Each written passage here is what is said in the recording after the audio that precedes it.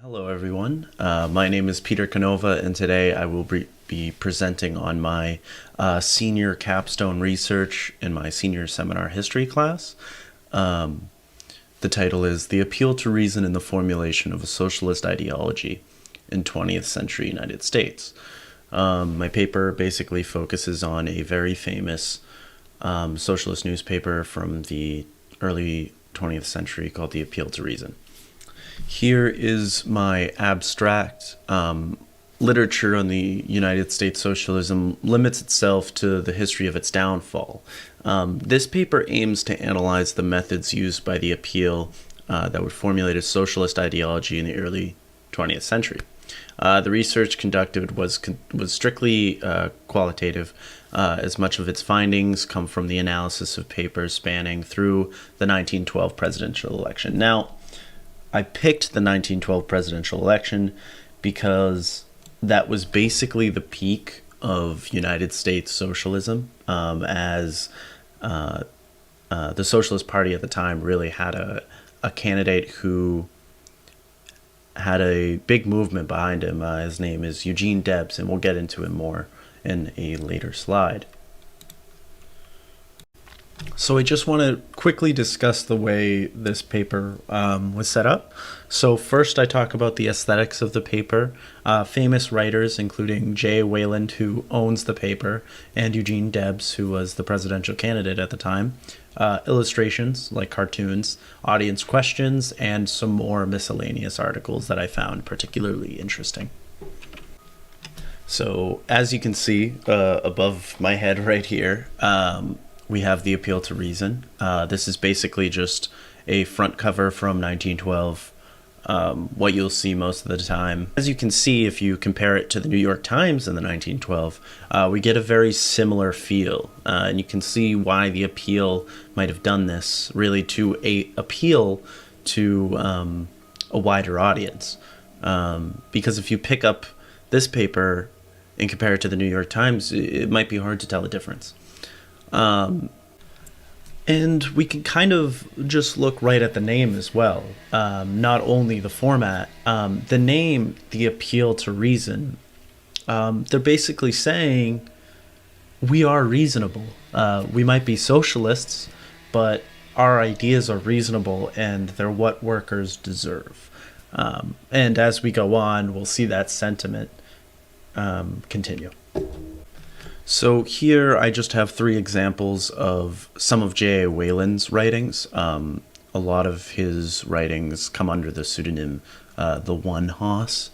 That's kind of his name and his nickname. One on our right here talks about the $2,000 per year and 6-hour workday that they continue throughout 1912 to push. I think that's really has to do with the 1912 election and trying to show people what they want from society. We can see some of his more intense writing here in Did You Ever? What hollow mockery the phrase that every man in America is a king. Great and noble kings you are, going from place to place humbly begging a chance to serve your masters who have robbed you of your rights.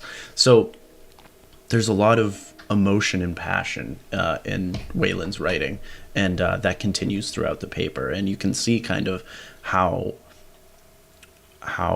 radical it can be, and also how mainstream it can be to some people. So now we have Eugene Debs, who is a large character in the socialist movement at the time. Here's some of his words in We Are Coming. The march of socialism is the most inspiring spectacle now to be witnessed in the civilized world. The invincible hosts of revolution are sweeping aside all the barriers in the path of evolution with giant strides marching towards their goal. So it's a pretty intense notion, if you will. He is basically calling upon a sort of revolution. Obviously, he's running in a democratic election. He's not calling for an armed revolution. It's more of a ideological revolution. we are coming in the conquering spirit of a social revolution. Exactly. So that's kind of how Eugene Debs spoke about socialism. So now we have some cartoons. These are very interesting in terms of their style. We have a large, big business man. It's basically, you can see on his jacket, it says trusts. And he's basically sawing off the ladder in which the worker, the common man, is trying to get food. And then to our right here, we have Teddy Roosevelt and his famous line, "Speak softly and carry a big stick." But behind him and on that stick, it says capitalism. So he's basically beating the worker over the head with capitalism. And he says, "I love you as a brother. I'm Moses sent to save you from socialism." As a worker and as a common man, they want to subjugate you and beat you over the head with capitalism and tell you how great it is, when in fact it is truly not, in the appeal's perspective. Now, the audience questions are particularly fascinating because it lends a certain viewpoint from the perspective of the person or peoples who are reading the paper. There's one I notice in the appeal, reference to real democracy. Please tell me what you mean by that. What's so telling about that particular question, and about most of these questions that are shown here, is the level of intelligence that a lot of these audience members have within the appeal. A lot of these readers. Yeah.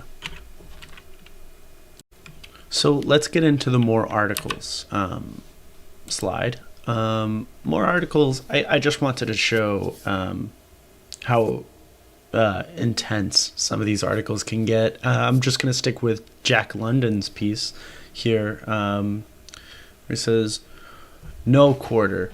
We want all that you possess." Now, this is to the capitalists. "We want all that you possess. We will be content with nothing less than all that you possess. We want in our hands the reins of power and the destiny of mankind.